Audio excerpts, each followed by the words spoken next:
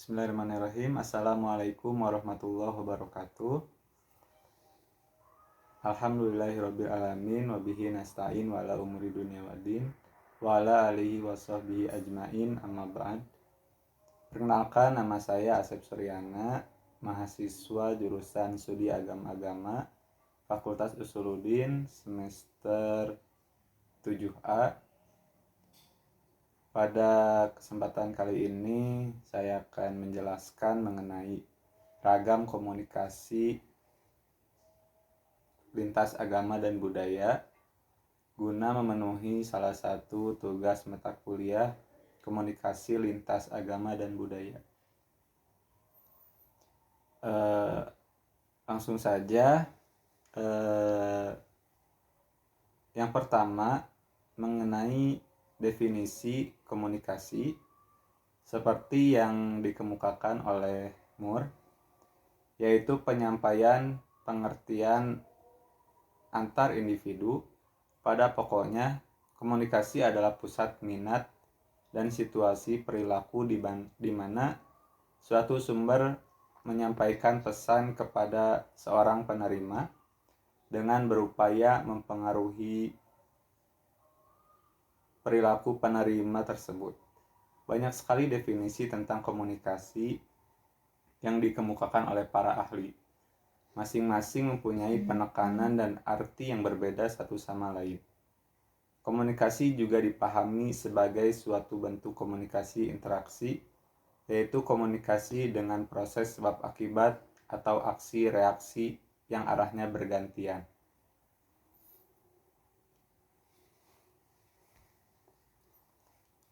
Kemudian ada namanya komunikasi antar budaya. Komunikasi antar budaya terjadi bila pengirim pesan adalah anggota dari suatu budaya dan penerima pesannya adalah anggota dari suatu budaya lain. Komunikasi antar budaya, komunikasi antar orang-orang yang berbeda budaya, baik dalam arti ras, etnik, maupun perbedaan sosioekonomi. Komunikasi antar budaya menurut pandangan para ahli, yang pertama menurut Andrea Elrich dan Dennis M. Ogawa, menyatakan bahwa komunikasi antar budaya adalah komunikasi antar orang-orang yang berbeda kebudayaannya. Misalnya antara suku bangsa, etnik, ras, dan kelas sosial. Kemudian menurut Samovar dan Porter juga menyatakan bahwa komunikasi antar budaya terjadi di antara produsen pesan dan penerima pesan yang latar belakang kebudayaannya berbeda. Dalam setiap budaya ada bentuk lain yang agak serupa dengan bentuk budaya. Ini menunjukkan individu yang telah dibentuk oleh budaya. Bentuk individu sedikit berbeda dari bentuk budaya yang mempengaruhinya. Ini menunjukkan dua hal. Yang pertama, ada pengaruh lain di samping budaya yang membentuk individu. Yang kedua, meskipun budaya merupakan kekuatan dominan yang mempengaruhi individu, orang-orang dalam suatu budaya pun mempunyai sifat-sifat yang berbeda. Menurut De Vito, proses komunikasi antar budaya dapat digambarkan lewat sebuah model yang mencakup semua hal sebagai berikut. Yang pertama, lingkaran kecil menggambarkan budaya yang dianut individu. Yang kedua, lingkaran besar menggambarkan budaya masyarakat atau lingkungan di mana individu berada. Di mana kota kecil dan besar menggambarkan budaya individu dan lingkungan yang lebih dominan. Kemudian kita bahas mengenai ragam permasalahan dan hambatan dalam komunikasi lintas agama dan budaya. Hambatan komunikasi. Seringkali komunikasi antar individu mengalami hambatan yang disebabkan tidak adanya pengetahuan yang mendalam mengenai perbedaan latar belakang budaya pihak lain.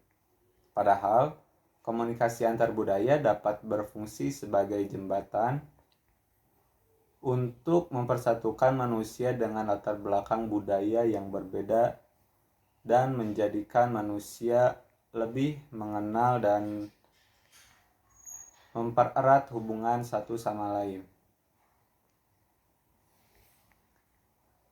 Kemudian pembagian hambatan komunikasi menurut Steiner. Yang pertama ada perbedaan latar belakang, kemudian faktor bahasa, sikap pada waktu komunikasi, dan juga faktor lingkungan. Hambatan komunikasi lintas budaya. Yang pertama ada etnosentrisme. Etnosentrisme merupakan sikap keyakinan atau kepercayaan bahwa budaya sendiri lebih unggul dari budaya lain. Kemudian ada stereotip. Stereotip adalah sikap yang menggeneralisasi atau menyamaratakan sekelompok orang tanpa mempertimbangkan kepribadian atau keunikan masing-masing individu. Kemudian ada rasialisme. Rasialisme adalah perilaku diskriminatif, tidak adil, dan semena-mena terhadap ras tertentu. Dan terakhir ada prasangka. Prasangka adalah persepsi yang keliru terhadap seseorang atau kelompok lain. Konsep prasangka mirip dengan stereotip. Bahkan dikatakan bahwa prasangka merupakan konsekuensi dari adanya stereotip.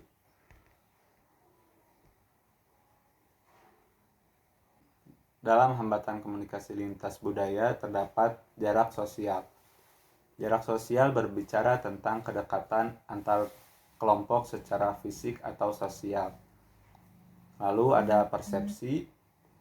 Persepsi merupakan proses yang dilakukan oleh seseorang untuk mencoba mengetahui dan memahami orang lain.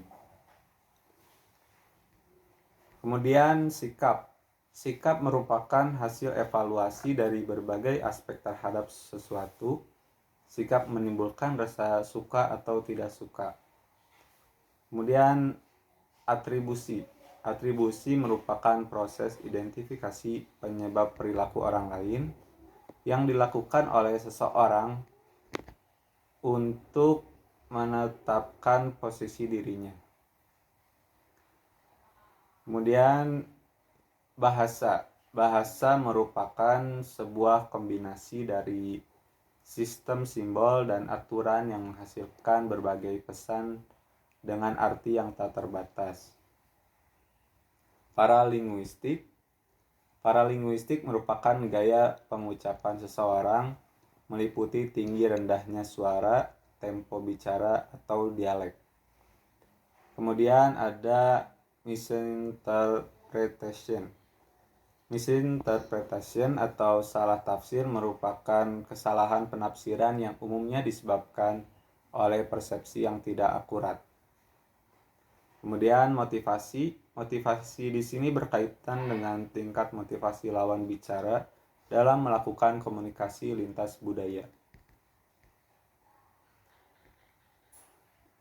Dan pembahasan terakhir mengenai hambatan komunikasi lintas agama dan budaya, yaitu ada emosional.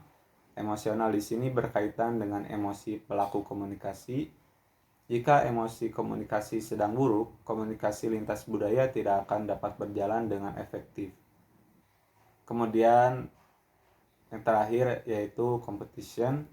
Competition atau kompetisi terjadi ketika komunikan berkomunikasi sembari melakukan kegiatan lain. Misalnya sedang menyetir, menelpon, atau lainnya.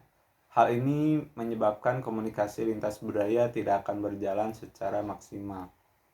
Sekian yang dapat saya sampaikan. Mohon maaf atas segala kekurangannya.